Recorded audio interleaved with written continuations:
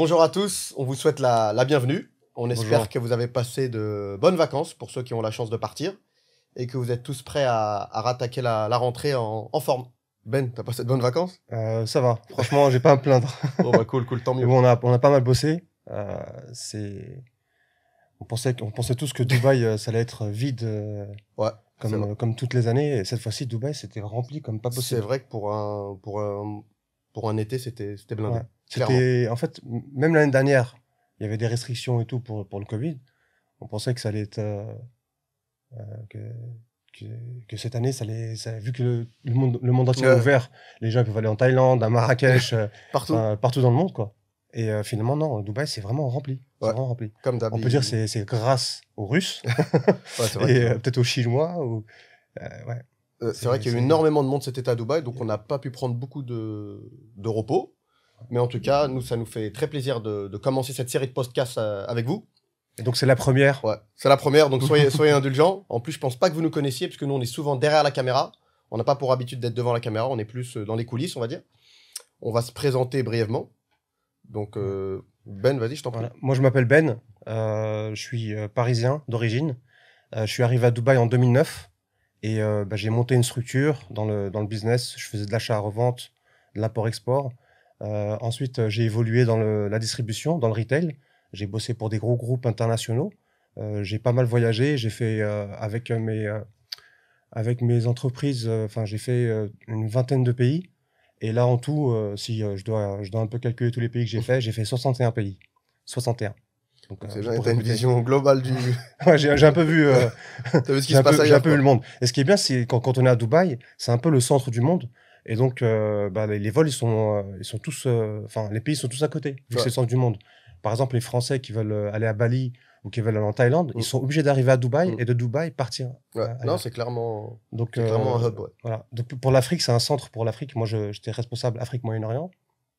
Donc, c'est vraiment le centre pour tout ce qui est Afrique, Moyen-Orient, mais aussi pour les pays de l'Europe de l'Est. On appelle ça les CIS countries.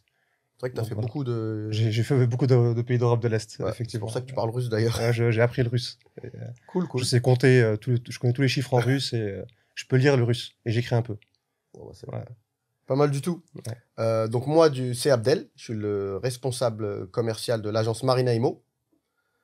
D'ailleurs, le but de ce podcast, on va vraiment parler d'immobilier à Dubaï, parce on s'est rapidement aperçu qu'il y a énormément de zones d'ombre et des informations un peu floues, donc les gens s'y perdent un petit peu. Moi, je suis arrivé à Dubaï en 2010. Donc à Un nous an deux, après moi. voilà. Donc à nous deux, on cumule presque 20 ans plus de 20 ans même de Dubaï. Ouais, Donc on pense savoir de quoi on parle, en toute humilité. Et voilà, franchement, sincèrement, le but de ce podcast, c'est de partager notre savoir sur l'immobilier à Dubaï, sur Dubaï de manière générale. Et voilà, en espérant que le contenu vous plaise. Et on essaye d'être le plus impartial possible. On n'est pas des ambassadeurs de Dubaï à l'étranger.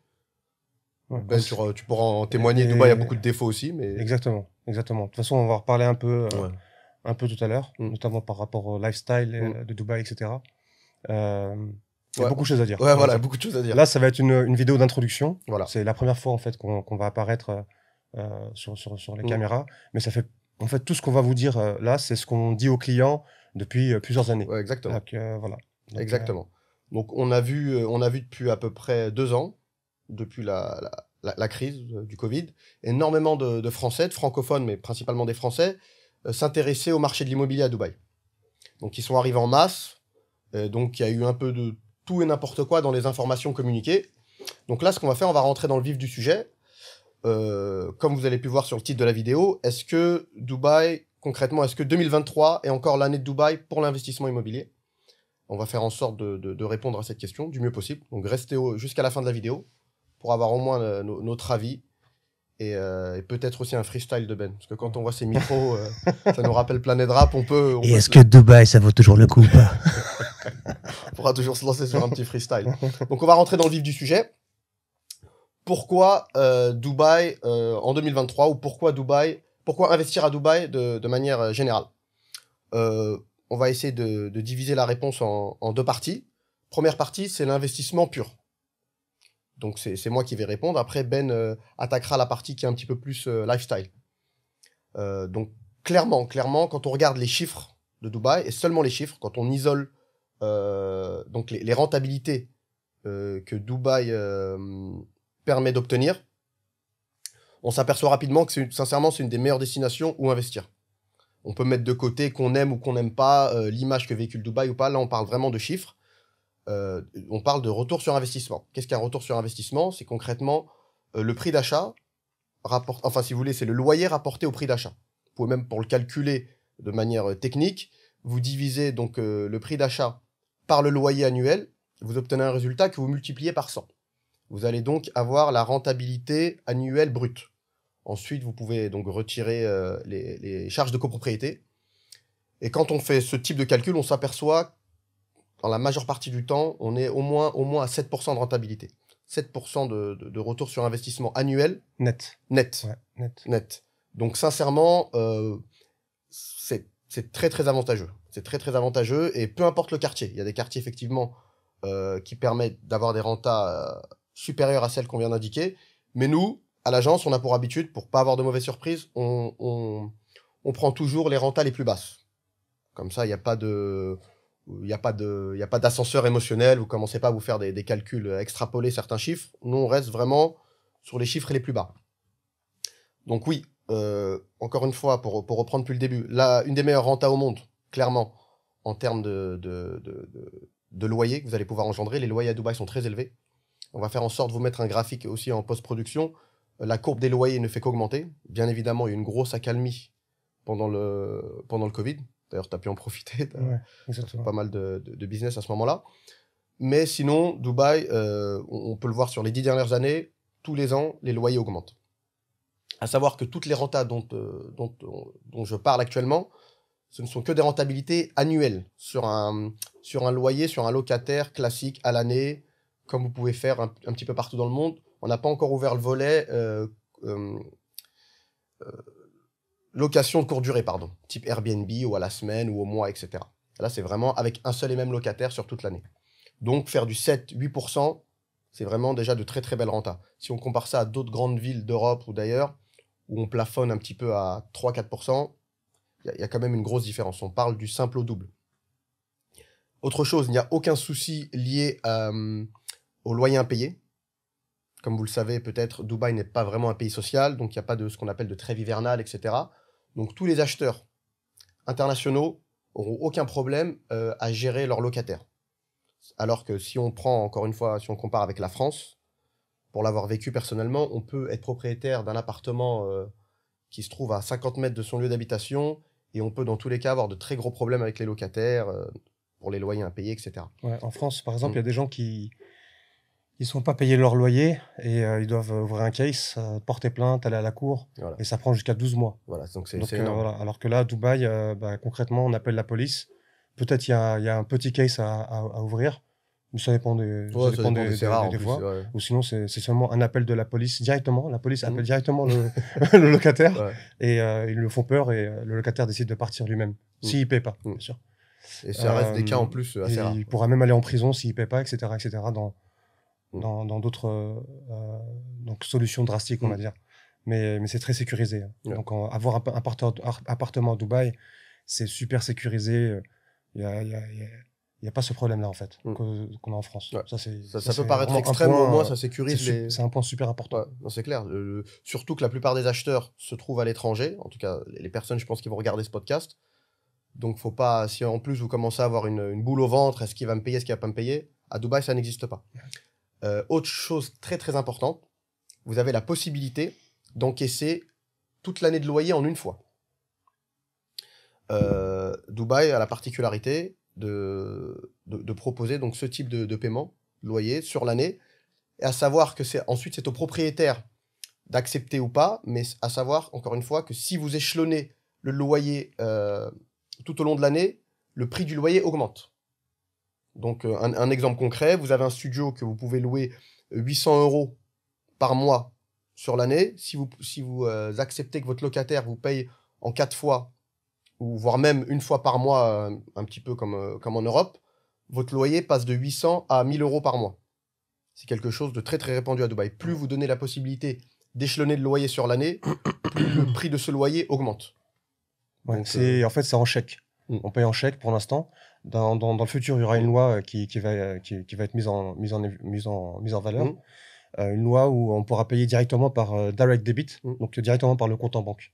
Si on décide avec le proprio de s'arranger sur 2, 3, 4 paiements. Mais généralement, pour avoir un bon prix, on paye en une fois. Moi, ça fait 12 ans que je suis à Dubaï et je change d'appartement tous les ans. Et je paye généralement une fois. Ouais, Voilà. voilà. En moins pour ma trésorerie, je sais où j'en suis. J'ai pas envie d'aller dans. Et ça te permet d'avoir les loyers les moins chers possibles. Exactement. Mais donc je peux négocier vraiment je peux avoir une bonne négociation. Après, c'est pas négocier 20-30%. Peut-être ça va faire un petit 10%, mais 10%, c'est pas. Mais étant donné qu'il y a plein de gens qui sont pas dans ta position de pouvoir payer un loyer à l'année, ils vont devoir donc découper le loyer au moins par trimestre. Ouais. Et donc clairement pour le propriétaire, ça fait augmenter le loyer directement. Voilà. Il peut encaisser plus, entre guillemets. Voilà. Autre chose, on a gardé le meilleur pour la fin, hein, clairement. Il n'y a aucune taxation liée à l'immobilier dans tous les Émirats. Pas seulement qu'à Dubaï, dans tous les Émirats. Donc pas de taxe foncière, pas de taxe d'habitation non plus, pas de taxe sur les droits de succession.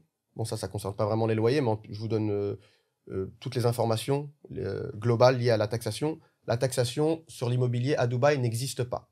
Donc tous vos calculs que vous allez faire, toutes vos projections seront nets d'impôts. Tout ce que vous allez encaisser, tous vos futurs loyers, vos futurs revenus seront ce que vous voyez sur le papier, c'est ce qui va vous revenir à la fin dans votre poche. Donc ça fait une différence énorme.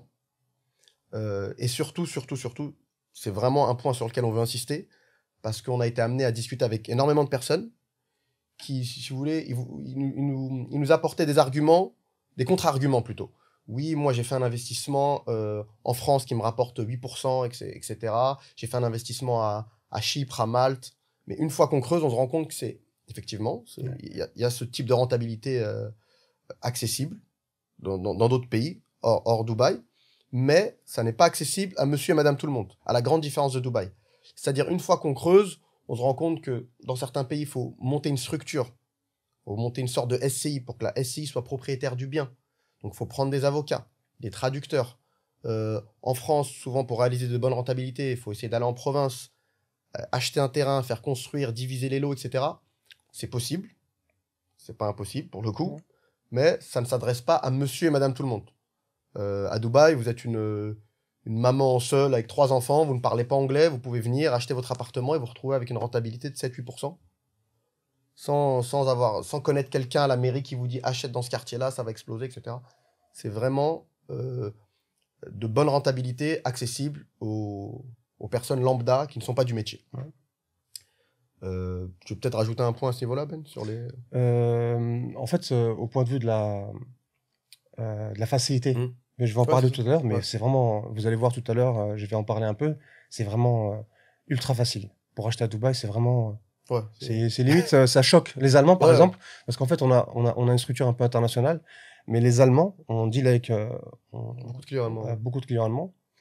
Et les Allemands, bah, il faut avoir les revenus, faut montrer patte blanche avec notamment les comptes en banque, la provenance des fonds. Ouais. Il y a tout un audit qui est fait. Tout un audit qui est fait. C'est super compliqué. C'est pour ça que les Allemands, quand on leur dit, bah, il suffit juste du passeport, un email et le down payment. Down payment, c'est la compte. Et ben, ils sont choqués. Ils en reviennent pas. Ouais, non, c'est clair que ça a été énormément facilité. C'est pour ça, on peut comprendre que c'est tellement facile et rapide que certaines personnes trouvent ça louche. Mais une fois qu'on va bien décortiquer, vous allez vous apercevoir que, très sincèrement, ils ont fermé la porte à toutes sortes de malfaçons, on va dire. Pareil, on en reviendra un petit peu plus tard, je pense, dans le podcast. Mais donc ça, c'était vraiment le premier volet. Pourquoi Dubaï? Pourquoi investir à Dubaï? Pour la simple et bonne raison que ça va vous faire gagner de l'argent qui est net d'impôts. Sans passer par des combines, etc. Non, c'est vraiment simple, c'est clair, c'est carré. En plus, il y a une loi de réciprocité entre, pour le coup, la France et les Émirats Arabes Unis qui date de 1993, où c'est la loi fiscale du pays où le bien a été acheté qui prévaut. Donc, clairement, des ressortissants français, pour la Belgique, je ne suis pas sûr à vérifier, mais les ressortissants français à 100% qui achètent un bien aux Émirats peuvent tout à fait déclarer leur patrimoine en France et ils n'auront pas à être taxés sur ces biens-là. On le voit tous les jours, on a énormément de clients qui ont tout déclaré. et ils n'ont eu aucun souci avec l'État français. Donc ça, pour le coup, c'était le premier volet, encore une fois, investissement pur. Ça s'adresse aux gens. Voilà, là, on a vraiment mis Dubaï en tant que destination touristique de côté. C'est vraiment les chiffres. Et nous, Ben et moi, on est assez fiers d'avoir fait investir des personnes qui n'avaient en aucun cas une attirance pour Dubaï particulière. C'est pas des gens qui passaient leurs vacances à Dubaï. C'est tout simplement des vrais investisseurs qui, à partir du moment où ils ont vu les chiffres, ils ont vu que ça tenait la route, ben, ils se sont dit, allez, on y va. On teste. Et là, du coup, Ben va parler un petit peu plus du volet lifestyle, sur les avantages d'avoir un bien à Dubaï. Ok, donc en parlant de lifestyle, être proprio à Dubaï, c'est vraiment gage de luxe. En fait, on dit ça avec le sourire, je suis propriétaire à Dubaï. Il faut savoir que Dubaï, c'est à la base, c'est un rêve grandissant. Donc c'est un rêve sur l'avenir. Quand on investit à Dubaï, on parie sur le futur, on parie sur l'avenir. Clairement. Et sur le présent d'ailleurs, parce que Dubaï, c'est vraiment, notamment pour les Français, avec l'attrait de toutes les stars, les gens connus, entre guillemets, qui sont venus s'installer à Dubaï et qui ont trouvé, entre guillemets, refuge. Mais pour différentes raisons. Dubaï, c'est vraiment la destination luxe et middle class, moyenne classe. Pourquoi ? Le soleil toute l'année. Donc ça, c'est super important. La vitamine D. Même, ça met de bonne humeur, clairement. Il y a un ensoleillement annuel. C'est super important, notamment pour le bien du corps, mais aussi le bien-être intérieur, bien-être psychologique. Donc, comme tu dis, ça met de bonne humeur, ça met la patate. Voilà. Ensuite, on peut se baigner toute l'année. Ça, c'est super important. En hiver, par exemple, si tu vas dans le sud de la France, qui est super bien, et tu peux pas te baigner. Il fait super froid. Alors qu'à Dubaï, tu peux te baigner, c'est un des avantages. Dubaï, c'est le centre, comme je disais tout à l'heure, entre l'Afrique, le Moyen-Orient et un peu les pays du CIS, les pays de l'Europe de l'Est. Donc les vols gravitent tous dans le monde. Donc tous les jours, il y a des centaines de vols à des prix différents, qui vont partout dans le monde entier. Clairement. Et des gens qui sont comment dire en stand-by, en transfert. Les layovers en transfert. Ils sont en transfert pour aller partout dans le monde. D'accord, vraiment, le Dubaï, c'est vraiment un pays international et on peut croiser toutes sortes de personnes qu'on n'a pas vraiment, qu'on croise pas même à Paris. Quand on est à Paris, voilà. On n'est pas si porté international que qu'on veut le croire. À moins qu'on aille vraiment à Tour Eiffel et peut-être aux Champs-Élysées. Voilà. Dubaï, c'est seulement 6 heures d'avion. Donc, c'est super proche pour tous les Français. Ils peuvent voyager vraiment simplement. Et Dubaï, c'est connu pour tout ce qui est infrastructure. Infrastructure notamment politique, économique, technologique et sociale. Donc, dans le sens où politique, le gouvernement réagit vraiment très rapidement, notamment pour le Covid. Quand tous les pays au monde ils étaient fermés et tout, Dubaï, ils ont ouvert le pays plus ou moins. Et c'est pour ça qu'il y a eu un attrait déjà à Dubaï. Et c'est là où Dubaï a vraiment fait grandir son économie, qui est le deuxième volet. Pour tout ce qui est technologique, Dubaï, ils n'arrêtent pas de trouver des nouvelles technologies pour améliorer la vie, mais aussi des technologies pour améliorer l'économie et le business en toutes sortes. Même d'ailleurs des technologies... par exemple, maintenant, on peut ouvrir l'application. On voit combien il y a eu de ventes dans l'immobilier à Dubaï aujourd'hui. Donc, des ventes de terrain, on peut sectoriser par vente de terrain, on peut sectoriser par vente de propriétés. Type de biens, maisons, appartements, etc. Les biens sur plan, les biens existants. Voilà. Et ça, on peut le voir à l'instant T. C'est super simple. C'est un environnement, Dubaï, ça permet d'avoir un environnement hyper familial. Donc, qui dit familial dit aussi sécurité. Donc, les enfants, ceux qui ont des enfants, ils ont un bus qui vient les chercher, un bus jaune. On en voit beaucoup dans la ville. Le bus jaune qui vient les chercher et les emmène à l'école. Et le bus vient les déposer à 15h, je crois. C'est 14-15 heures. Voilà, à la sortie de l'école. C'est tout organisé. Pour ceux qui ont un peu les moyens, ils ont une maid. La maid qui prend soin de tout. À la fin, la famille prospère. Ouais, exactement. C'est le mot. On gagne en tranquillité. Voilà. Et Dubaï, c'est vraiment le pays du service. Le pays du service. Par exemple, ça on ne le dit pas souvent. Mais par exemple, vous êtes chez vous. C'est vrai que maintenant, avec Deliveroo, même en France, il y a possibilité. Mais je me souviens à l'époque, Quand on voulait un jus d'orange, on pouvait commander un jus d'orange et se faire Il n'y livrer un a jus pas de d'orange. minimum spend. Même une bouteille d'eau, on voilà. peut te la livrer. Voilà. Maintenant, c'est vrai qu'avec Deliveroo, sans doute, on Mm. a accès. Mais voilà, Et à l'époque, ils déjà, étaient précurseurs, en tout cas, c'était sur ça. incroyable. Ouais. Donc, comme je disais, Dubaï, c'est le numéro 1 en sécurité. Mm. Donc, on peut avoir ses enfants dans le centre commercial. J'ai des amis qui ont perdu leur enfant qui est parti en courant. Donc, ils appellent la sécurité. La sécurité dans le centre commercial trouve l'enfant. C'est super organisé. Ouais. Vraiment, c'est super Ouais, organisé. c'est- C'est vraiment rapide. Il y a des caméras partout, dans les centres commerciaux, sur la route, Dans la ville. les accès. Enfin, je sais pas. Même à la C'est- plage. ouais. Non, c'est- Et on oublie quelque chose, par exemple, si on oublie un truc à la plage, mais c'est pareil, il y a les caméras. Mm. On peut retrouver par exemple, une personne qui. Ça, on n'y pense pas aussi. Tu es assis à Dubai Mall, tu as ton téléphone, tu vas aux toilettes, tu reviens, tu as ton téléphone. Enfin, Ouais, non, il c'est faut vrai que aider. nous, on a pris l'habitude, mais tu t'aperçois quand tu voyages que c'est loin d'être le cas partout. c'est vrai, quand tu voyages dans certains pays, il n'y a pas un climat de confiance. Ben, je vise pas la France en particulier, Ouais, mais de bien toute sûr, façon, c'est la là, France, c'est- hein. Mm. Mais partout dans l'Europe ou même Même en en Amérique, Asie, hein, etc., partout, en ouais. Amérique, les gens, ils sont comme ça, ils sont collés à leur Mm. sac, Ouais.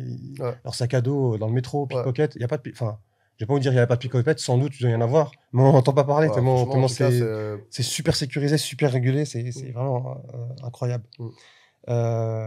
Il y a aussi, comme on disait, un climat de proximité. C'est pas comme à Londres ou Ouais. dans les grandes villes comme Hong Kong etc. On s'y perd un peu. Dubaï, c'est bizarre. C'est non seulement c'est une grande ville parce que oui, c'est vrai si on fait de Jebel Ali jusqu'à on va dire Sharjah, Mm. Ouais, c'est une grande ville, si hein. ça roule bien, c'est quoi 35 minutes. Mm. Mais bizarrement, c'est Ouais, il y a un c'est effet une grande village, ville. c'est une Il y a- grande il- ville avec un petit il y côté. a, il y a possibilité de pas croiser les mêmes personnes. C'est Mais il y a vrai. aussi possibilité de les croiser. Ouais. C'est vraiment, voilà. Ouais, moi, c'est un des trucs que je préfère, sincèrement. C'est vrai, voilà. J'ai un ami à moi, en parlant du climat de proximité.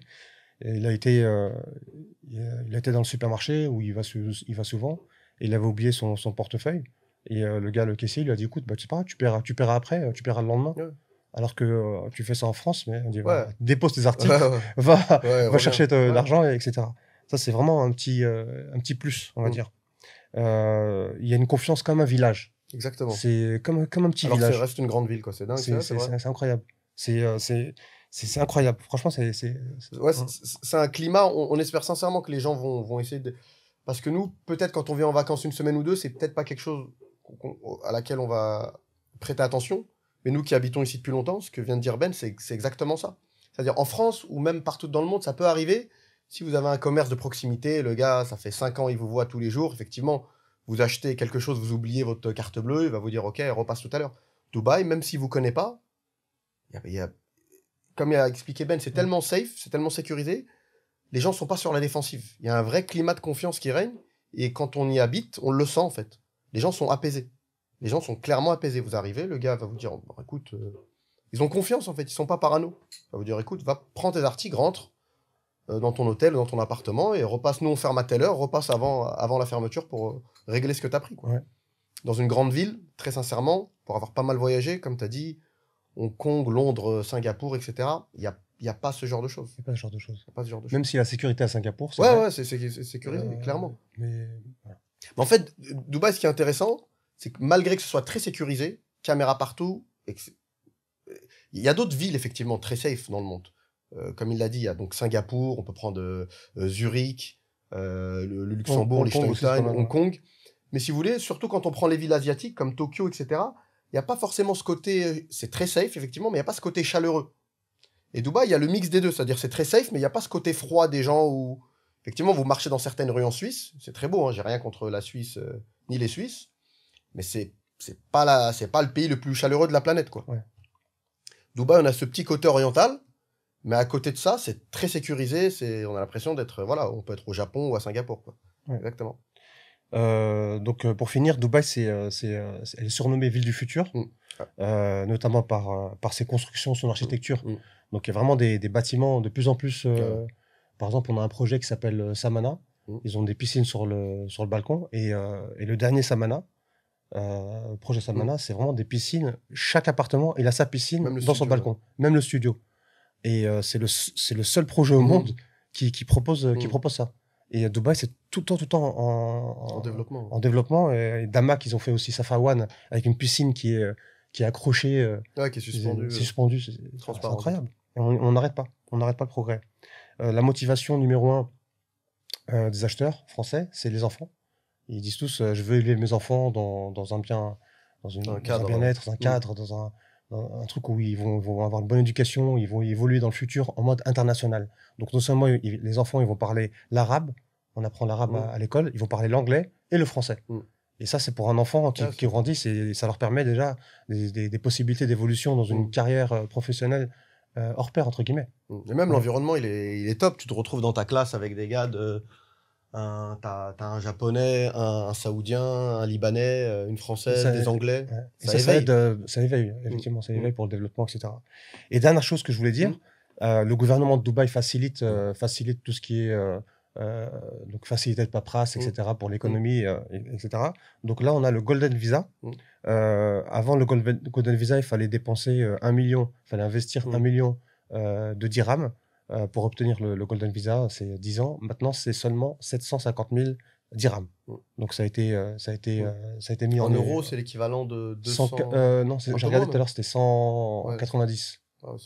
185, 190 divisé par 4. C'est vrai que le taux, maintenant, il est à 3, voilà. Donc... Ouais, non, c'est plus qu'intéressant. Le Golden Visa, nous, quand ils ont annoncé le Golden Visa, à la base, c'était... je crois même, si tu te souviens bien, Ben, au départ, c'était pour les gens connus, même. C'était pour les gens qui véhiculaient une bonne image, une image positive pour le pays. C'était certains footballeurs, certains chanteurs, etc. D'un petit peu partout dans le monde, mais notamment du monde arabe. Ouais. Je me souviens, ils avaient donné le Golden Visa à un grand chanteur libanais connu. Tous les gens qui étaient susceptibles de rapporter une bonne image à la ville. Et maintenant, ils ont étendu ça à tout le monde, quoi. À tous ceux qui veulent dépenser, investir ça. Voilà, exactement. Quand je dis tout le monde, c'est les gens qui sont prêts à, investir. Ça qui est bien avec Dubaï, ils sont très pragmatiques. C'est donnant. Voilà, c'est donnant. Ouais. Non, et après, voilà, ils sont très pragmatiques. C'est quoi, qu'est-ce qui gère le monde en ce moment? Faut le dire, mais c'est l'argent. Ouais, non, c'est clair. Donc, vous avez de l'argent, vous pouvez avoir accès plus facilement à des choses qu'on aura moins accès dans d'autres pays. C'est clair, voilà. C'est clair. Mais ouais, non, franchement, t'as bien décrit. On espère vraiment que vous allez avoir un ressenti de ce dont on a parlé, notamment sur le côté sécurité. Parce que c'est vrai que Dubaï, c'est souvent lié à la sécurité, on entend tout le temps parler. Mais c'est même plus que le côté sécurité. Comme il a dit, c'est vraiment le côté détente. Tu sens que tu évolues dans un endroit où les gens sont détendus.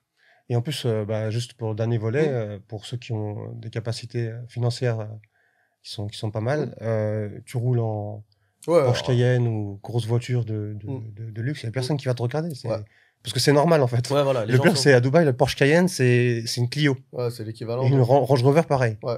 Donc, si tu veux aller en gamme, Bugatti Veyron, on va commencer à te regarder. Même Ferrari, il y a que ça. C'est incroyable. C'est clair. Donc, entre guillemets, on va pas vous regarder, on va pas vous dévisager, on va pas essayer d'essayer de. Il y a des gens qui bon, maintenant, ça a été, entre guillemets, la police, ils aiment pas trop ça, mais certaines personnes, pour que la clim il fasse aussi chaud il fasse pas chaud dans la voiture, et ils vont dans la station service, ils vont mettre le plein et ils vont chez le coiffeur, ils vont au supermarché, ils laissent la voiture tourner. La voiture en train de tourner avec les clés à l'intérieur. Il se passe rien, mais c'est vrai que le gouvernement va arrêter un petit peu. J'avais lu un truc sur ça. Mais je vais rebondir sur ce que tu as dit, Ben, parce que pour avoir lu auparavant certains commentaires sur les réseaux sociaux, on sent un petit peu là, on voit ce qui se passe, on entend, etc. par rapport au public francophone. C'est vrai que Dubaï, je pense, à ce niveau-là, a une image vraiment erronée en Europe. C'est-à-dire, effectivement, comme il a dit Ben, les gens, pourtant, on va pas se mentir, il y a un gros écart de richesse aussi. À Dubaï, effectivement, on pouvait tomber sur des gens qui ont 5 Lamborghini différentes pour la semaine. Et 4 rues plus loin, il y a quelqu'un qui a un salaire très très bas. Mais il n'y a pas ce sentiment forcément de jalousie ou d'envie, etc. qui règne. Mais là où je voulais rebondir, c'est où je pense les gens ont une mauvaise image de Dubaï, c'est effectivement, il y a ce côté-là, on va le dire, un côté un peu bling-bling. Des belles voitures partout, etc. Mais c'est aussi, selon moi, une des villes les plus simples au monde. Je vais m'expliquer. Ben, je pense que tu l'as vécu, on l'a tous vécu. Je vous invite vraiment à faire le test. habillez-vous à l'arrache. C'est-à-dire même sortez de la plage encore avec du sable sur les pieds, claquettes, etc. Allez dans un des plus bels hôtels de Dubaï, un 5 étoiles, avec une voiture même cabossée. Vous allez voir l'accueil que vous allez avoir. Ouais. C'est-à-dire, on va vous accueillir comme si vous arriviez en Rolls-Royce. On va vous ouvrir la porte de la même façon. On va vous sourire. Vous allez être accueillis pareil. On va vous installer pour que vous puissiez prendre un café ou un gâteau de la même manière. On va pas vous dévisager. Pareil, gardez la même tenue. Allez au mall. Allez vous trimballer chez Hermès ou chez Christian Dior ou Chanel. Dites-leur même, dès que vous arrivez, que vous n'allez rien acheter. Vous faites un tour, vous tuez le temps. Et regardez comment vous allez être accueillis. C'est vrai ou pas? Ah, ça, j'ai pris une vidéo, d'ailleurs. J'ai un pote à moi, c'était pendant le Covid. Enfin, c'était juste pendant le Covid. Et j'ai un ami à moi qui est rentré chez Louis Vuitton. Il s'est acheté un t-shirt, mais il est habillé en claquettes, short. Il avait encore du sable. D'ailleurs, on était au Five à la piscine. Et on était au Mall of Emirates. Et il avait acheté un t-shirt.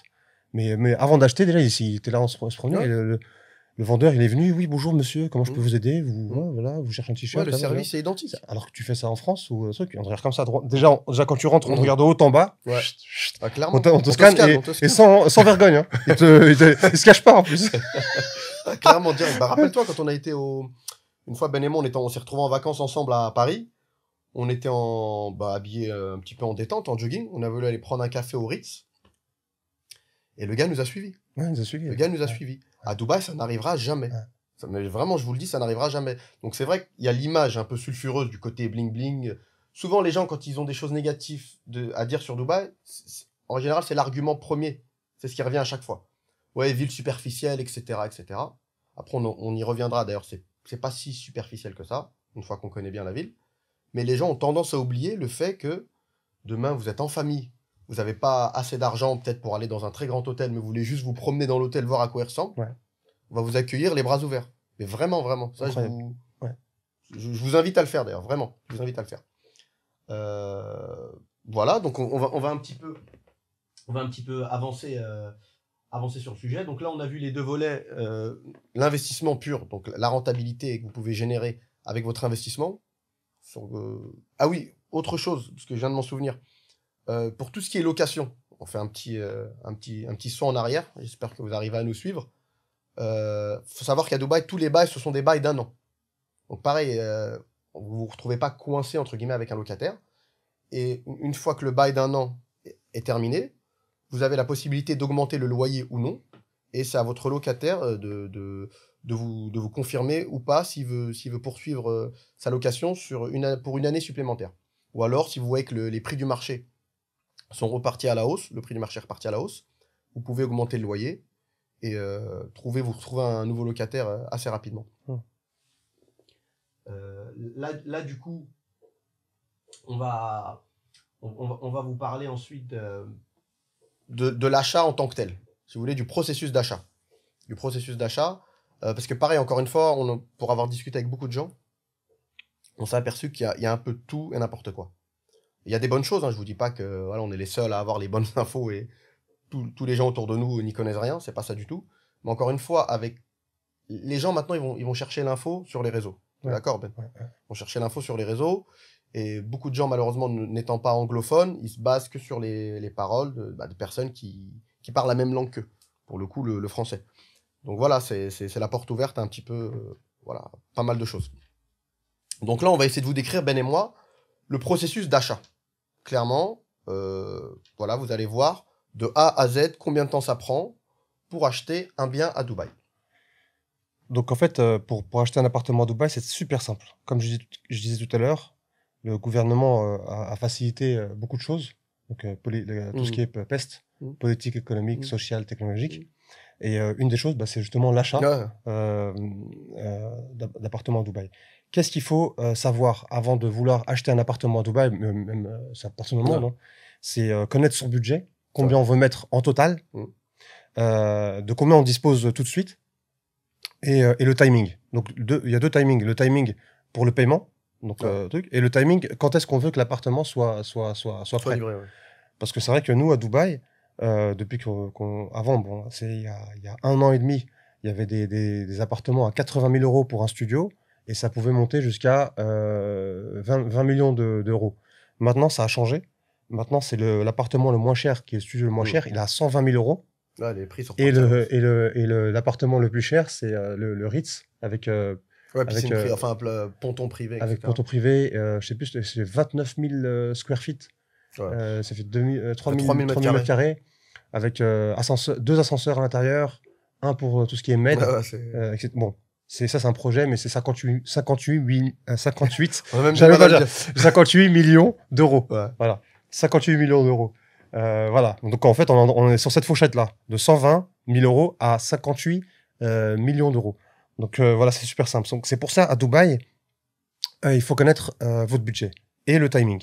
Donc une fois que vous connaissez ces informations, donc nous, on va faire une recherche qui correspond à vos besoins.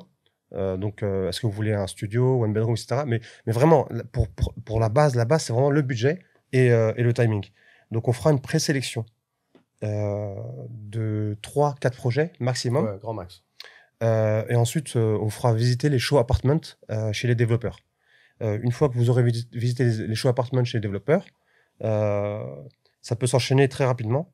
Donc, si vous choisissez un appartement, on va discuter avec le développeur de la disponibilité de cet appartement-là.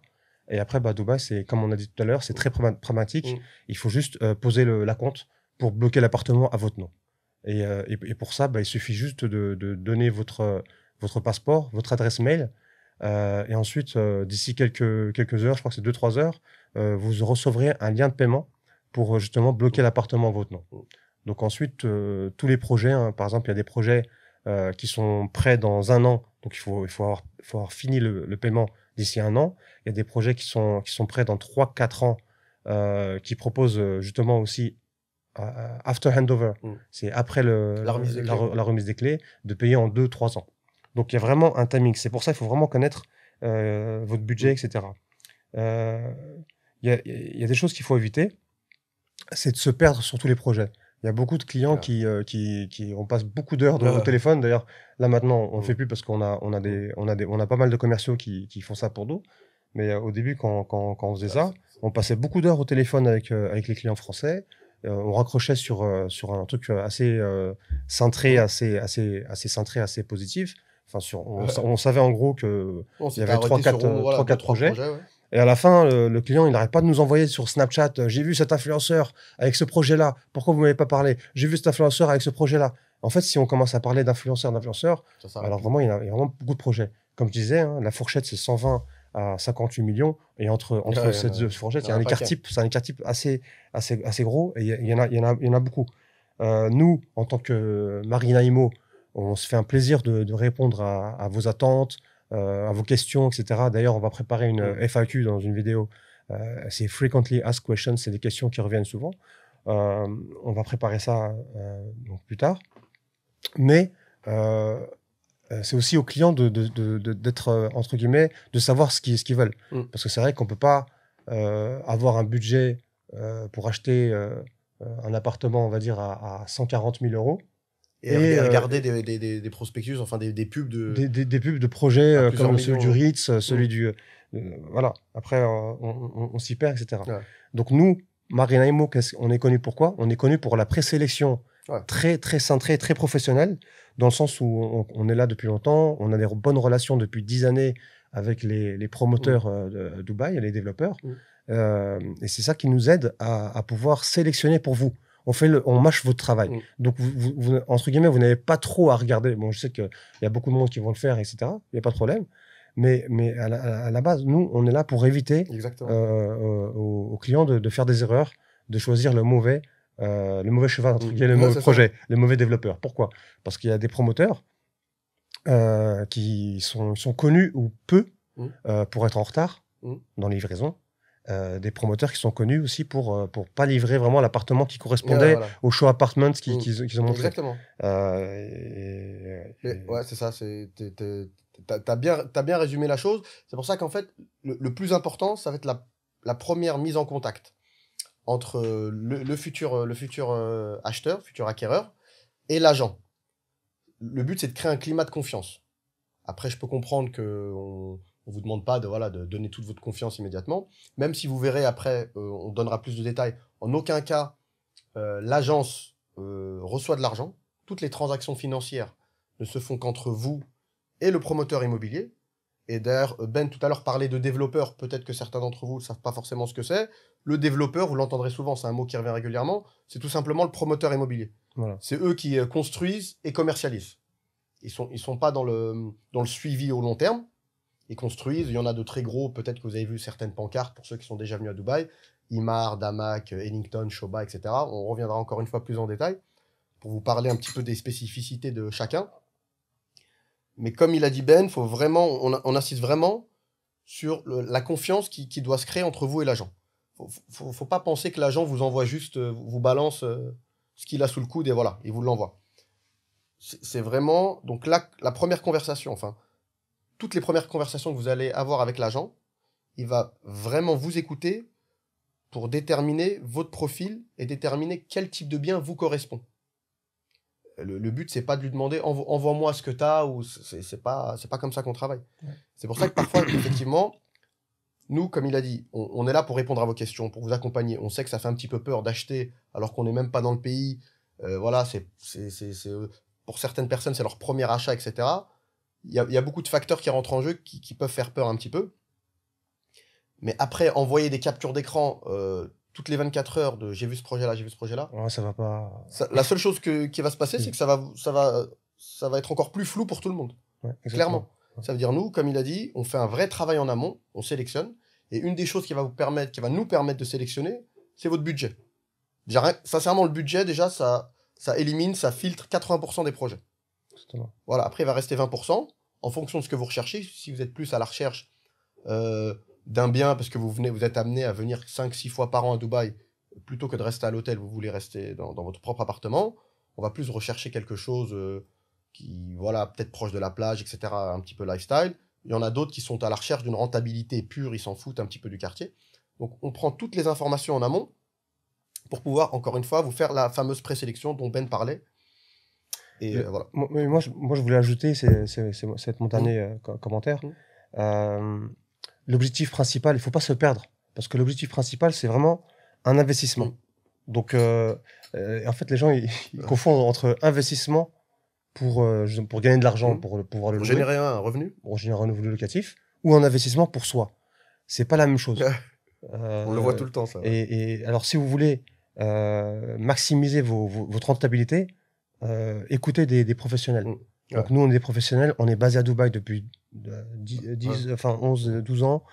On est là, on connaît les développeurs, voilà, c'est notre métier.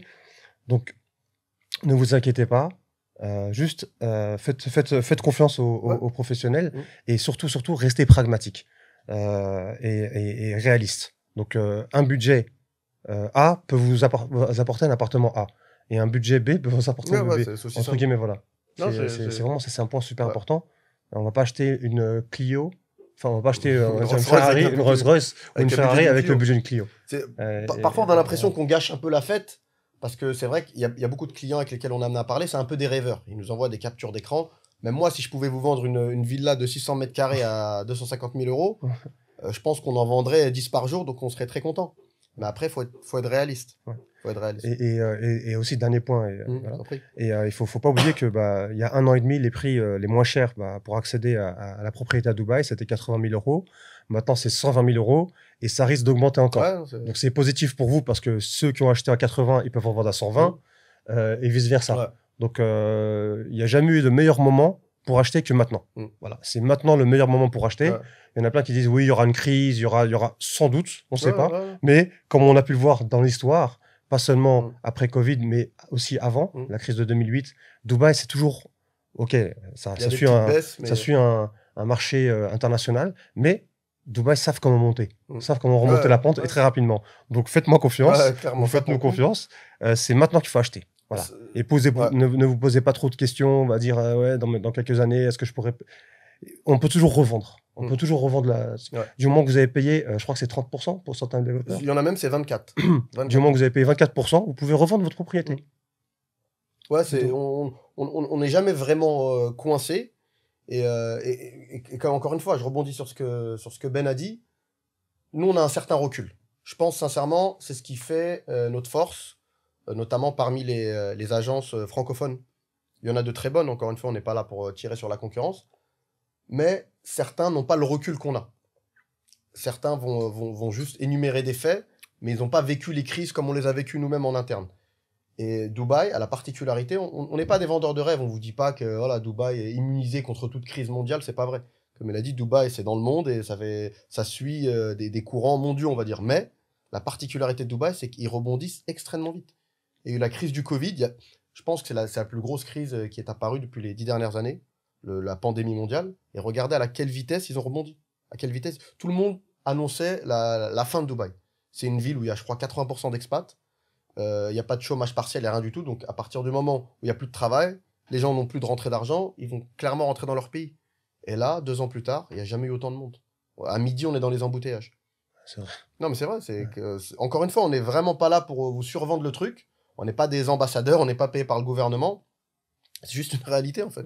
Il y a un leadership qui est Dubaï, il y a un leadership de... Voilà, ils ont une réactivité redoutable. Il y a à partir du moment où une loi est annoncée, 2 semaines après, elle est mise en application. Voilà, ça va très très vite à ce niveau-là. Et en plus, on fera en sorte de vous mettre quelques graphiques en post-production pour que vous puissiez voir de quoi on parle. Ça fait à peu près depuis les années 80, quand on regarde bien, la population de Dubaï double tous les 10 ans. Donc, encore une fois, j'invite aussi nos auditeurs français à ne pas regarder Dubaï que par un biais ou un angle français. Ils se disent, oui, c'était peut-être une destination à la mode. Beaucoup de Français sont arrivés parce qu'il n'y avait pas d'autres pays ouverts. Maintenant, ça a rouvert un petit peu partout, ça va se calmer. Mais Dubaï, c'est une ville-monde. Il y a énormément de gens qui habitent. Dubaï, c'est à quelques heures d'avion des 2 pays les plus peuplés de la planète, l'Inde et la Chine. Ça attire un nombre de personnes incalculable. Donc ça, c'est vraiment quelque chose à garder en tête. Et un autre point que Ben a mentionné, qui est, sincèrement, on le voit, ça c'est quelque chose qu'on voit tous les jours. Comme il a dit, il faut être pragmatique. C'est-à-dire que quand on vous donne un conseil pour votre investissement, on sait de quoi on parle. C'est-à-dire que la situation qu'on voit très régulièrement, un client est intéressé par un appartement qui se trouve au 10e étage. On va donner un exemple concret. Qui se trouve au 10e étage. Le temps qu'il réfléchisse, qu'il rentre du travail, qu'il en parle à sa femme, il nous rappelle le lendemain, ok, c'est bon, on est prêt à acheter. Ce fameux appartement qui est au 10e étage n'existe plus. A été vendu, parce que ça va très très vite. Du coup, on va lui en proposer un qui est au 7e étage, et là, c'est comme un château de cartes, tout s'écroule. Non, moi, dans ma tête, c'était le 10e. Encore une fois, c'est votre argent, donc je peux comprendre qu'il y a un affect. C'est vous qui allez dépenser, vous avez travaillé dur pour cet argent, vous voulez acheter l'appartement qui vous correspond. Mais après, si vous nous dites que c'est de l'investissement, et nous, on vous dit clairement que, en termes de rentrée locative, avoir un appartement au 10e ou au 7e étage, ça ne change absolument rien, ça ne va en aucun cas impacter vos futurs revenus, faites-nous confiance, il ne faut pas se braquer pour ce type de détails. Les étages et les vues ont une importance quand on parle d'une vue mer et une vue sur un parking. Mais là, que vous soyez vu sur l'entrée principale de l'immeuble ou vu sur le côté est ou ouest... La personne qui va vouloir louer, qui va le rechercher sur Internet, Dubizzle, au Property Finder, etc., Bayut, il va pas regarder est-ce que c'est la vue sur ça, c'est le prix, en fait. C'est comme ça que ça marche. Moi, ça fait 12 ans que je suis là. Je regarde le prix, peut-être la vue, si elle est pas trop moche, entre guillemets. La déco, pour ceux qui sont meublés. Pour ceux qui sont meublés, c'est la déco. Mais c'est entre 10e, 6e, 7e, il n'y a aucune différence. Clairement. C'est pour ça qu'il faut rester pragmatique, rester en mode investissement locatif, investissement pour gagner de l'argent. En fait, regardez les chiffres, combien ça va vous rapporter. Et voilà, faut vraiment pas trop s'éloigner. Le but, c'est pas de s'éloigner la motivation initiale. Si vous venez vers nous et vous nous dites, moi, je veux placer mon argent pour générer un revenu supplémentaire qui soit détaxé, etc. Après, faut pas se perdre trop dans le... Faut pas y mettre trop d'affect. C'est ça que je veux dire. Voilà, c'est vraiment le point sur lequel on souhaitait revenir. De quoi on peut vous parler également? Oui, après on peut voir en détail, parce que vous nous avez entendu parler beaucoup de... Ben tout à l'heure a parlé donc des plans de paiement, rapidement. Qu'est-ce qu'un plan de paiement? Pour ceux qui ne le savent pas forcément, c'est la possibilité de payer un bien sur plusieurs années, sans passer par une banque, ni un quelconque organisme de crédit. C'est une transaction financière qui s'effectuera entre vous et le promoteur immobilier, Et vraiment, l'atout majeur, surtout quand on compare au marché européen, on va dire, c'est qu'il n'y a pas d'étude de dossier. Il y a aucune étude de dossier, il y a aucun check-up sur vos revenus. Vous ne demande pas de ramener des fiches de paye, ce genre de choses. Et c'est mis en place immédiatement. À partir du moment où vous sélectionnez un bien, en général, le plan de paiement dure pendant la construction du bien. Donc ça va de 2 à 3 ans, en fonction du moment auquel vous achetez le bien. Et dans certains cas, vous avez la possibilité, qui est très très intéressant, de continuer à payer alors même que vous avez les clés de l'appartement en main.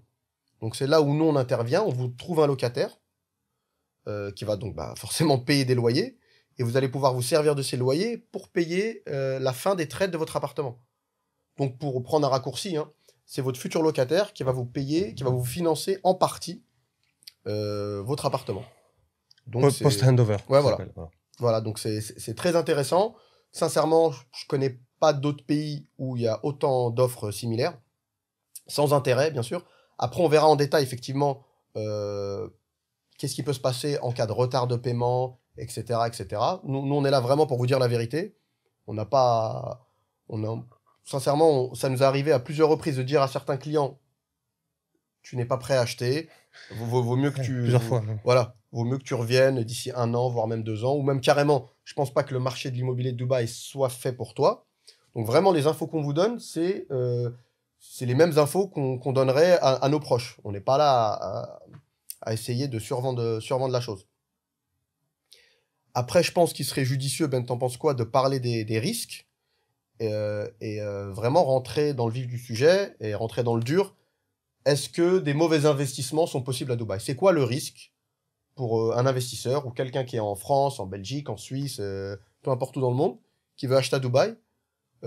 Quelle erreur il peut faire concrètement? L'erreur, c'est peut-être... ça arrivé déjà. Hein. Il y a certaines personnes qui sont over-optimistes, comme on dit. Voilà. Ils sont très optimistes. Et donc, au lieu d'acheter juste 1 ou 2 appartements, ils achètent 10 appartements. Ouais, ils s'emballent. Ouais. Et à la fin, ils ont des paiements mensualités qui se perdent sur la mensualité. Et à la fin, il a plein de mensualités à faire. Il commence à payer ce qu'on appelle des retards des fees de retard. C'est des amendes, en fait. Ouais. Des pénalités de retard. Pénalités, c'est combien de pourcents déjà? Ça varie, mais en général, c'est 1,5%. Du montant.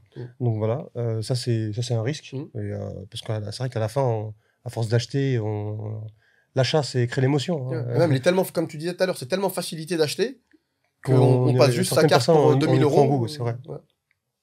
Ça, c'est un risque. Après, acheter peut-être le mauvais quartier, peut-être. Mais encore, un mauvais quartier, il n'y a pas vraiment de mauvais quartier à Dubaï. Voilà. Parce qu'à Dubaï, ça ne marche pas par rapport au quartier. Parce qu'à la fin, comme on disait, c'est sécurisé partout. Ouais.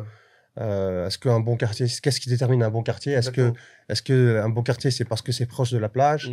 Est-ce que c'est parce que le bon quartier il est proche de l'école des enfants? Exactement. C'est vraiment un bon quartier. Qu'est-ce qu'un bon quartier? Est-ce qu'on aime un endroit qui a un retrait de la ville, entre guillemets? Comme j'habitais dans une villa, j'étais un peu en retrait, mais j'étais à 15 minutes de la plage, ou de Marina Mall, par exemple. Voilà, c'est vraiment la question. Quel est un beau quartier, quel est un mauvais quartier? Il n'y a pas. Il n'y a pas de quartier. Tout est sécurisé, tout est safe, entre guillemets. On en revient à ce qu'on disait au début. C'est vraiment la conversation que vous allez avoir avec l'agent, avec votre agent, où il va vraiment déterminer votre profil. Pareil, il y a une question qui revient souvent. Tu vas voir, je pense que ça va te faire rire. C'est je veux être dans le centre-ville.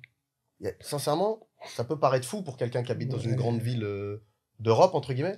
Mais il n'y a pas vraiment de centre-ville à Dubaï. Il n'y a pas de centre-ville. Le centre-ville, c'est en fonction de la vie que vous allez avoir. Des gens qui habitent à la Marina, si vous leur dites que Downtown, c'est le centre-ville, il va vous dire non, de quoi tu me parles. Et certaines personnes ont leur bureau. J'ai un ami, Marcus, que tu connais très bien, qui a ses bureaux à Dera. Je pense qu'il doit aller à Marina et Gibiar peut-être une fois tous les 2 ans quand il a des gens qui lui rendent visite de l'étranger. Donc pour lui, c'est pas du tout. Il considère pas cette partie de Dubaï comme étant le centre. Ouais. Après, Dubaï, on appelle the center of now. Ouais. Le centre de maintenant, c'est downtown, Burj Khalifa. Ouais, voilà, mais encore, ils disent of now. Ça veut dire quoi? Ça veut dire que, en fait, ils voulaient construire aussi la plus grande tour Dubaï Creek. Et peut-être que le centre, il va être là-bas. Le centre de of now, voilà, 2025. Et vraiment, il n'y a pas de centre. Hein. Ça dépend de la salle de sport qu'on fréquente. Si on a des enfants, dans quelle école ils vont être inscrits. Le lieu de travail, etc. C'est vraiment et le café qu'on préfère ou ou le restaurant Ouais, exactement. qu'on aime bien. Il n'y a pas vraiment de Ouais, centre. c'est ça. Ça, c'est vraiment, parce que c'est quelque chose qui revient souvent, et ça va vraiment varier. Et à savoir que chaque quartier, selon nous, a vraiment des avantages. Et vous verrez qu'en fait, il y a une grosse différence, je pense qu'il faut vraiment insister là-dessus.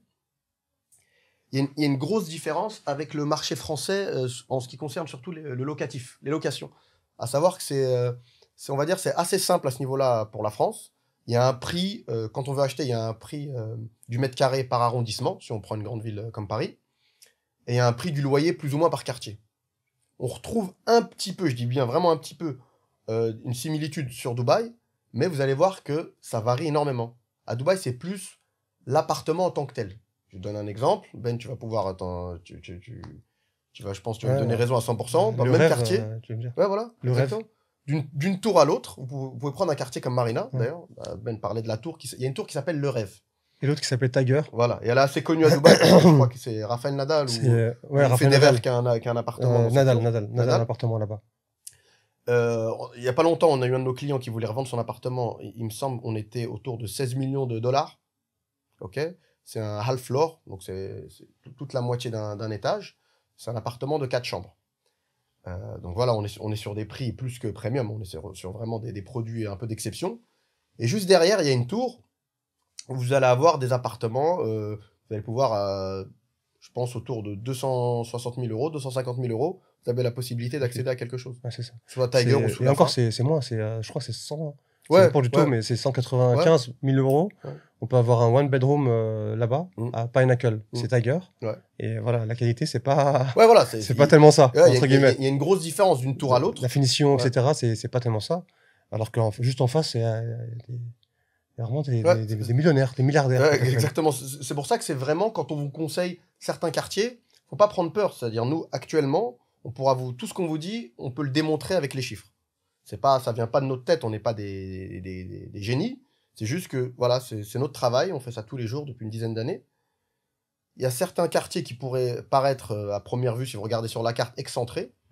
Mais je vais vous donner un exemple concret. Les projets d'Ellington, qui est un promoteur très réputé ici à Dubaï, ils font pas mal de projets dans le quartier JVC. Si vous regardez sur une carte, c'est un quartier qui est dans les terres, qui n'est pas spécialement proche de la plage. Il n'y a pas d'attraction touristique vraiment au sein même du quartier. Mais les appartements de ce fameux promoteur Ellington, ces appartements-là, qui se trouvent dans ce fameux quartier, ont des loyers plus élevés que certains appartements qui sont à la marina en bord de mer. Donc c'est vraiment pas, c'est pas quelque chose d'uniforme. Pareil, il y a certaines villas qui sont dans les extérieurs qui ont des loyers beaucoup plus élevés que des villas qui sont un petit peu plus proches de la plage. Donc c'est vraiment... C'est plus technique qu'il n'y paraît. C'est ça que je veux dire. En gros, pour résumer, pour pas trop vous embrouiller, c'est plus technique qu'il n'y paraît. Les gens regardent plus l'appartement en lui-même pour déterminer le loyer. Les appartements qui sont loin, mais s'ils sont spacieux, neufs et bien meublés, ils vont avoir des loyers plus élevés que beaucoup d'autres quartiers. Ouais. Je propose qu'on clôture la vidéo, parce que ça, on rentre à 1 heure. Ah ouais, quand même, punaise. Ça fait déjà 1 heure qu'on fait. C'est qu'on en a beaucoup. Après, on pourra passer à une autre vidéo de la FAQ avec les questions-réponses. En tout cas, n'hésitez pas. Sincèrement, c'était notre première vidéo. Je pense pas, comme je vous ai dit, nous on est assez peu présents. On travaille énormément sur le terrain, donc on est assez peu présents sur les réseaux parce qu'on a beaucoup de travail. Mais là, je pense qu'on va prendre goût à ce podcast. N'hésitez pas à liker si ça vous plaît, à le partager, à laisser en commentaire ce que vous en pensez, que vous aimiez ou pas d'ailleurs. Au moins, on se fera un plaisir d'y répondre. Et je vous dis à très bientôt. À très bientôt. Si vous avez besoin d'aide, on est là pour répondre. Notre site internet, marinaimo.com ou tous les réseaux, le WhatsApp qui est dans le site, ou le Facebook, ou l'Instagram, ou le TikTok. On est joignable on est un peu partout. Limite, même pigeon voyageur, on pourrait peut-être répondre. Quoi. Allez, ciao. Allez, ciao tout le monde. Bye bye.